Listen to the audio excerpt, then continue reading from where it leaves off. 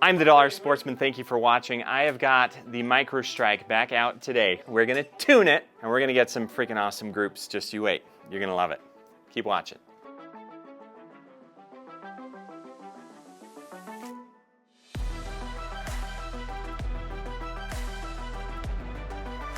A very special thank you to Utah Airguns, where I am at right now for sponsoring our channel here. You can come to this range, or you can come to their brand new range that they're about to open up, which is going to be awesome. So it's a new store, closer a little bit to me, which I think is cool, but it's going to be fantastic and you should check it out. But if you can't, then you can get all of your airgun supplies and needs at utahairguns.com. There is a link below, and we really appreciate those guys sponsoring us so we can do crazy videos like this and all the other weird stuff that we do. Also, a very special thank you to Zan Projectiles. We're not shooting Zan today because we're shooting pellets today. They are awesome and they make fantastic slugs, which I have used for years, a lot of which in competition and then also in hunting. They are super cool. So check them out, zanprojectiles.com. All right, guys, you asked for it. In the last video, we had the Micro Strike out of the box, did not touch it, did not clean it, did not do anything.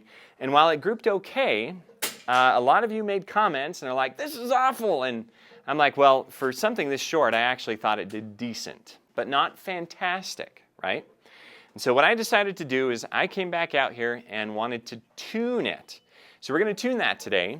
I'm going to go through the process a little bit with you, and we're going to see what sort of groups we get and what changes specifically we made from my first video to this video and the results that we can get. So let's get to it. Just a quick recap. This is the Micro Strike. It is 22 caliber, and the big thing about this is that you can adjust it in terms of caliber. You can swap out the barrel, you can swap out the pellet probe very quickly and very easily so that you can go from 22 to 25 or 177 or what have you very simply. And that's a big advantage. In addition to that, it is a folding stock, and you don't even have to install the stock if you don't want to. But I shoot these not as a pistol, rather as a rifle. I like having this stock. There is an advantage here. They did put a hole right here so that you can access the hammer spring and still tune it even while using the stock, and I really appreciate that. Now, in addition to this, it has the Picatinny rail all the way across. It does have a threaded barrel on the front, which I highly recommend using in moderator. We did not do that last time. Now we've got it. It's worth it. And we're going to talk a little bit about that as well as we go along here. But yeah, it's the new micro thing, and we're going to get to shooting this right now. So follow along. First things first, you always want to get your chronograph. And I have got my little chronograph right here, which is fantastic. You cannot tune an air rifle without having a good chronograph with you all the time. So we're going to get that set up, and we're going to watch our speeds and see how we do. Now, before coming to the shop, I actually turned the regulator up, and I'll show you that in just a second. But I'm going to see how far it's turned up, fill it up here, and see what sort of speeds we're getting for starters. Regulator turned up to 2500. 813. Holy cow. It's much faster now. 820. 809. 816. All right, let's turn that back down. Now, in order to properly adjust that regulator, you have to degas it, which is what I'm doing here. It takes a little while, it's kind of annoying, wastes some air, but whether you're turning the reg up or down, must degas this air rifle, which I haven't seen that to be common in other rifles. Generally, when you turn it up, you can keep it pressurized, not when you turn it down. You always have to degas it when turning it down. But here, we're going to go ahead and turn it back down and get a little bit better of a pressure. I'm going to turn it about 1/8 of a turn back down, and let's see what it lands on. All right, I've turned this back down to about just above 2,000 PSI. Let's see what the speeds are. 772, much better. 766. Yeah, it doesn't like that one. 771, so we will. Yep, okay. Okay, you can see how I said it doesn't seem to like that one. That's because the groups were still not where I wanted them to be. So now we're getting into the hammer spring back here and turning it clockwise in order to turn the hammer spring pressure up. It came relatively loose, I noticed, when I first got this out. So I turned it up quite a bit here, which may have been a mistake, as you'll see. I may have turned it up a little too much. We'll get more into that as we go along. That sounds way better. 772. And it's not bouncing as much. Same hole. 762. 767, okay, we need more work on that. Now when you turn a hammer spring up but your speeds go down, that means you have overextended the hammer. And I'm still doing it here. I'm turning it clockwise and I'm going to see the pattern of the slowing. In fact, we're going to try the 18.1 grain pellets. I've been using 15.9 so far, but we're going to jump to a slightly heavier pellet as well to see what sort of stabilization we get. But I'm going to very quickly realize here that I really need to tune that hammer back down as we've surpassed the specific point where turning the hammer up is going to increase the speed.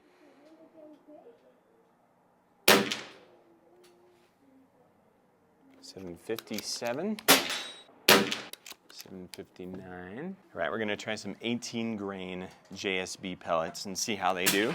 Well, $724.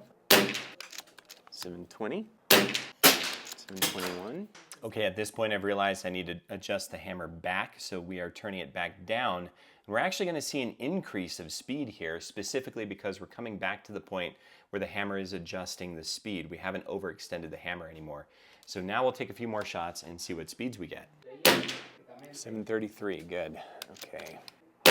730, 729, not bad. All right, our speeds are getting good. We've made the last few adjustments. Now, I just need to dial in the gun itself, the rifle itself, and specifically, that has to do with the scope. I'm starting to realize that my groups aren't tightening up, and something else is going on. Specifically to do with the way the harmonics are working with this gun. So you'll see I've got a Sonus moderator on the front right now.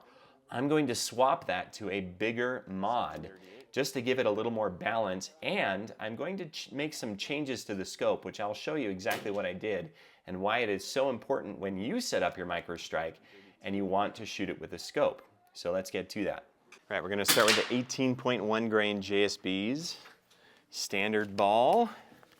After all that tuning, let's see how we do.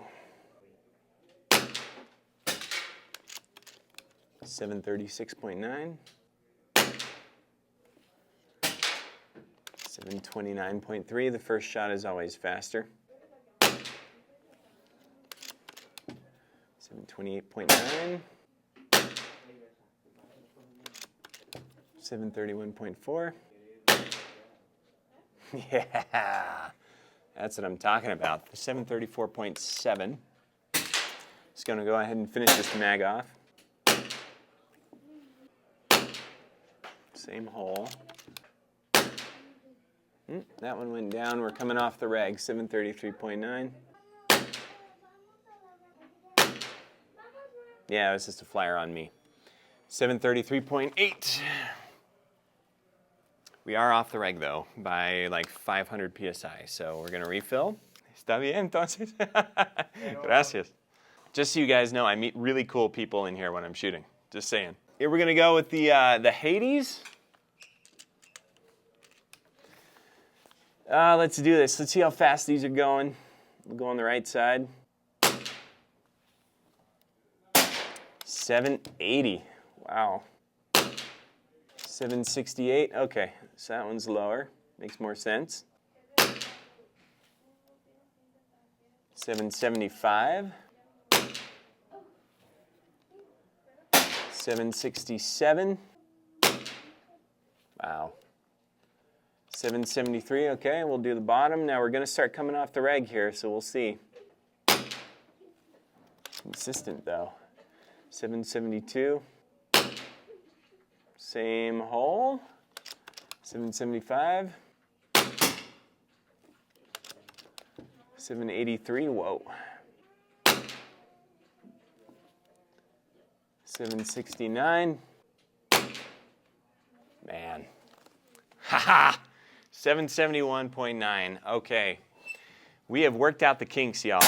So in the first place, we took like an hour tuning this. And I was chasing it, and we finally got to a point where it was just right. And the big thing that I noticed, I have these Eagle Vision mounts here. I had them all the way up because of the rear sight right there. The rear sight was back here, and it was hitting the scope. And so I decided, you know what, I'm going to take the mounts out of the equation just in case they're wobbling a little bit. And so I took the rear sight off, which is easy to do, and then I dropped the mount all the way to the bottom and then re-sighted in.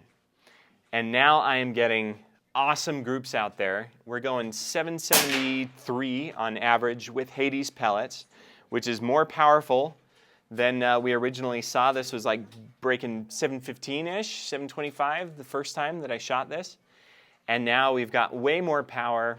And the only thing is that with the regulator set to just above 2,000, I am only getting one mag, and it does start to fall off the reg, even in that one mag. So the shots are not many, but for something this small and this packable, I didn't anticipate having that many shots. Now the other thing that I did is I put a Donnie on here, a Donnie Sumo, and it's long and it's heavier, so it kind of helps prevent that bounce, because this is bouncy. It's a small air rifle, and it's got some bounce to it, and it's also very loud, but this thing makes it very quiet. I did try a Sonus as well, and the Sonus was good, but it was still a little bouncy. So I wanted something a little heavier and a little longer on the front of this. And now we're getting excellent groups. Now with the Hades, I am seeing a variance in the speeds, right? Sometimes upwards of 20 feet per second. And I wasn't seeing that when I was tuning this. For some reason this time though, I'm starting to see that. On average, it's about a 10 foot per second spread, maybe a little less. Don't know what's going on there. Maybe I just had some weird pellets, which is fine. That happens. But with the 18.1 grains, they are extremely consistent. I mean, to the point of 2 or 3 feet per second. And 2 or 3 feet per second variableness in something this budget friendly is just crazy good, crazy good. So if you're going to shoot with a scope, you got to remove that rear sight. Got to take it out of the way. And then just with some standard tuning practices, which is you adjust the reg and then you start bringing the hammer up or down, whichever direction you want to go. I would recommend going up. You can find a really good tune on this. And now we've got tons of power. We can get out hunting and have some fun with this little micro. So I'm the Dollar Sportsman. Thanks for watching. That is way better results than we got last time. And I think it largely, honestly, had to do with the scope. But I still wanted that power. I really wanted that power out of this, so I went ahead and tuned it so we can have more power. You can too. Now you know how. Thanks for watching, y'all, and I will see you next time.